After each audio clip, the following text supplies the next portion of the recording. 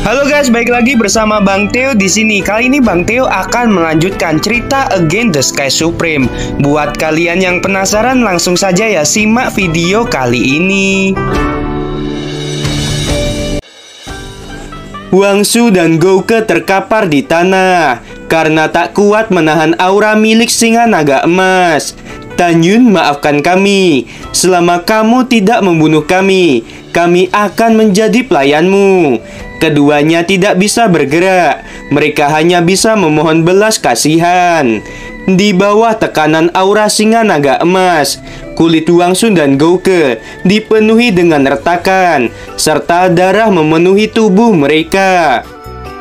Mereka berdua menyadari bahwa singa naga emas yang mereka pandang lemah sebelumnya ternyata begitu kuat, sehingga mereka tidak bisa melakukan apapun. Mendengarkan mereka meminta belas kasihan, Tanyun sangat marah dan mendatangi mereka berdua selangkah demi selangkah. Kalian berdua memang bajingan. Dengarkan kata-kataku ini. Jika kalian mengalahkan Zhang King dan membunuhnya, aku tidak bisa berkata apapun. Karena Sekte Suci Huangfu dan Sekte Abadi memang bermusuhan. Tapi kalian berdua, setelah mengalahkan Zhang King, kalian memperkosanya. Aku akan menyiksa kalian. Tanyun menginjak kedua kaki mereka satu demi satu sampai hancur. Tanyun juga menghancurkan kedua lengan mereka, kemudian menghapus kolam spiritual milik mereka. Saat kolam spiritual mereka berdua dihancurkan, penampilan mereka menjadi lebih tua. Tanyun, jika kamu memiliki keberanian, cepat bunuhlah kami. Tanyun berkata, "Singa besar, ambilkan aku beberapa binatang buas." Singa naga emas mengangkat kepalanya dan meraung dengan keras. Tidak lama kemudian, binatang buas datang pada Tanyun. Jelas mereka datang karena dipanggil oleh singa naga emas. Ratusan ular muncul menghadap singa naga emas. Tanyun melirik sekelompok ular dan berkata dengan dingin, "Singa besar, suruh mereka memakan dua manusia bajingan ini." Dengan perintah dari singa naga emas, ratusan ular melesat menuju Wangsu dan Gouke. Ratusan ular itu menggigit tubuh Wangsu dan Gouke. Beberapa saat kemudian, hanya tulang mereka yang tersisa. Setelah itu, Tanyun memegang pedang dan menggali lubang di tanah. Tanyun dengan lembut memasukkan Zhang King ke dalamnya dan kemudian menguburkannya. "Junior Zhang King, aku telah membalaskan dendamu. Jadi istirahatlah di sini dengan tenang." Setelah itu, Tanyun menunggangi singa naga emas dan melesat di langit. Keesokan harinya, Tanyun menemukan bahwa token identitas dari 3 murid divisi Pil telah meledak. Tanyun bergumam, "Aku akan membunuh para murid Sekte Abadi dan Istana Jiwa Ilahi." Tiba-tiba, Tanyun mendengar sebuah suara. Tanyun melepaskan kesadaran spiritualnya seluas 500 mil. Setelah itu, Tanyun meminta singa naga emas untuk terbang ke arah barat laut 400 mil. Pada saat yang sama, di hutan yang dikelilingi oleh tanaman merambat, Luofan dan Song Hong memimpin 13 murid divisi Pil bertarung sengit dengan 10 murid Sekte Abadi dan Istana Jiwa Ilahi. 15 murid divisi Pil itu terlihat terluka parah. Sebaliknya, di antara 10 murid Sekte Abadi dan Istana Jiwa Ilahi, hanya 1 orang yang terluka. "Senior Luofan, Senior Song Hong, kami bukan lawan mereka. Ayo cepat mundur. Kami takut kami semua akan mati di sini jika kami tidak mundur." Luofan berkata dengan tegas, "Jika kita mundur dan Tanyun datang ke sini, Tanyun pasti akan dikepung oleh mereka." Song Hong berkata, "Kalian bisa pergi jika kalian mau. Aku dan Senior Luofan akan tetap di sini." Seorang murid perempuan Istana Jiwa Ilahi tertawa dan berkata, "Kalian sekelompok semut tidak akan bisa lari dari sini." Seorang murid laki-laki dari Sekte Abadi berkata, "Kami para murid Sekte Abadi dan Istana Jiwa Ilahi tidak akan pernah membiarkan murid Sekte Suci Huangfu keluar hidup-hidup." Pada saat ini, singa naga emas membawa sebuah pohon yang besar dan dilesatkan ke arah para murid sekte abadi dan istana jiwa ilahi. Monster macam apa ini? Tolong selamatkan aku. Murid yang berteriak itu mati seketika terkena cakar singa naga emas.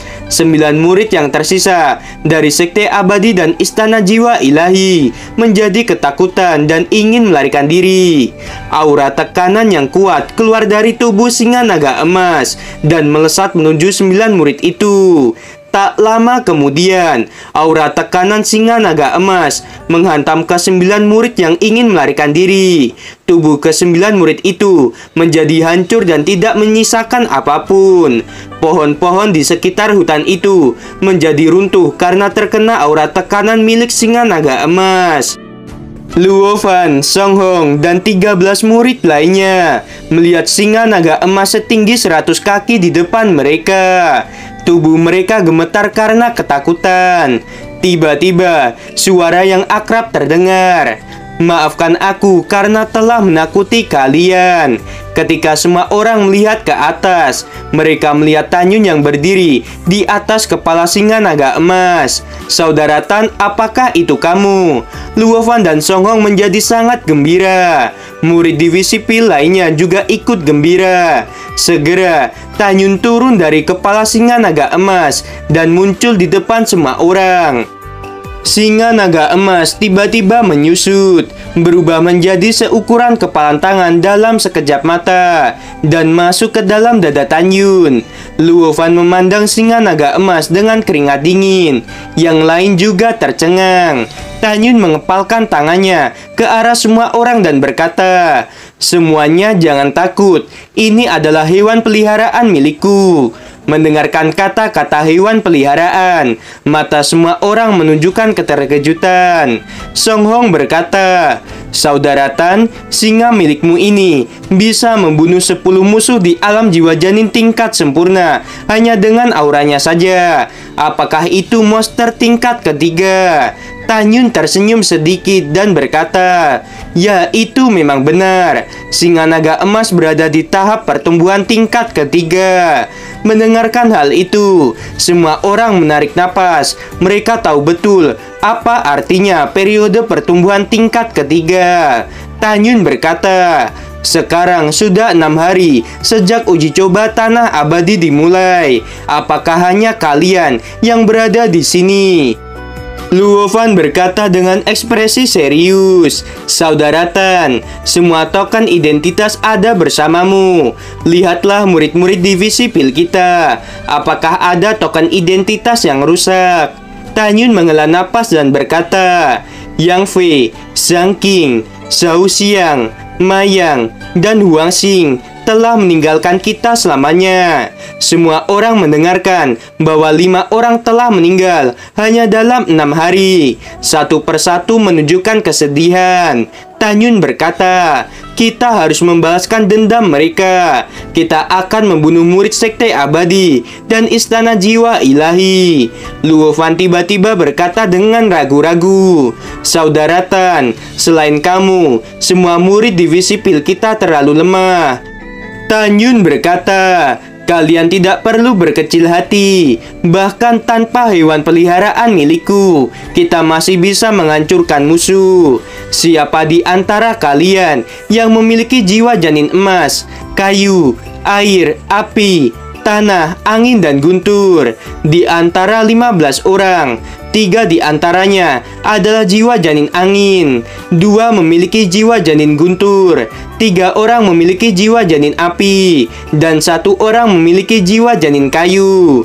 Tanyun berkata, "Kalian semua pulihkan diri kalian sambil kita menunggu murid lainnya. Jika sudah berkumpul, aku akan mengajari kalian sebuah formasi." Semua orang terkejut setelah mendengarkan kata-kata Tanyun. Tanyun mengeluarkan formasi ilusi. Tanyun menjentikan jarinya. Kekuatan spiritual melesat keluar dan menuju ke tanah di mana formasi berada. Saat kekuatan spiritual memasuki formasi, tiba-tiba tirai cahaya terbentuk. Tirai cahaya naik ke langit, menyelimuti tempat itu, dan berbentuk seperti kubah.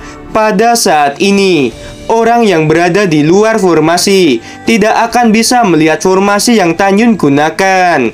Saudara Tan, formasi apa ini? Tanya Luo Fan. Ini adalah formasi ilusi yang aku beli di kota Huangfu. Tan Yun tersenyum dan berkata lagi, saat ini musuh tidak akan bisa melihat kita. Musuh hanya akan melihat hutan.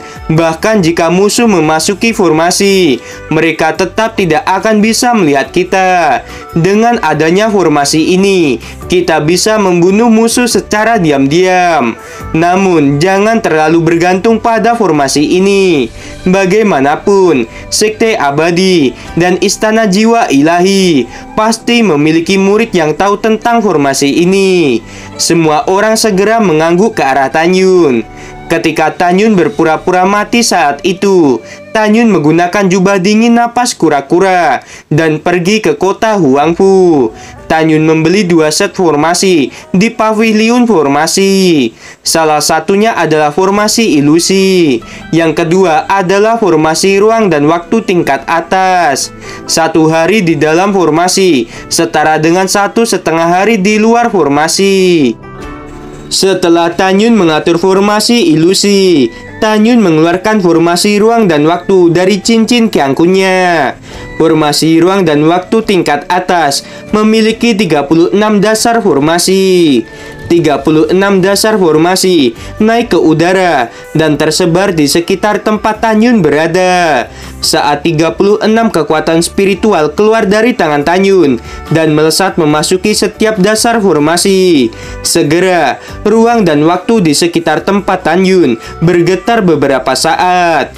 Merasakan perubahan ruang dan waktu, semua orang menatap Tan Yun dengan kebingungan. Tan Yun berkata, aku baru saja mengatur formasi ruang dan waktu tingkat atas. Jika kita berkultivasi di dalam formasi ini selama 1 bulan, itu setara dengan 1,5 bulan di luar formasi. Setelah Tan Yun menjelaskan, semua orang menjadi bersemangat.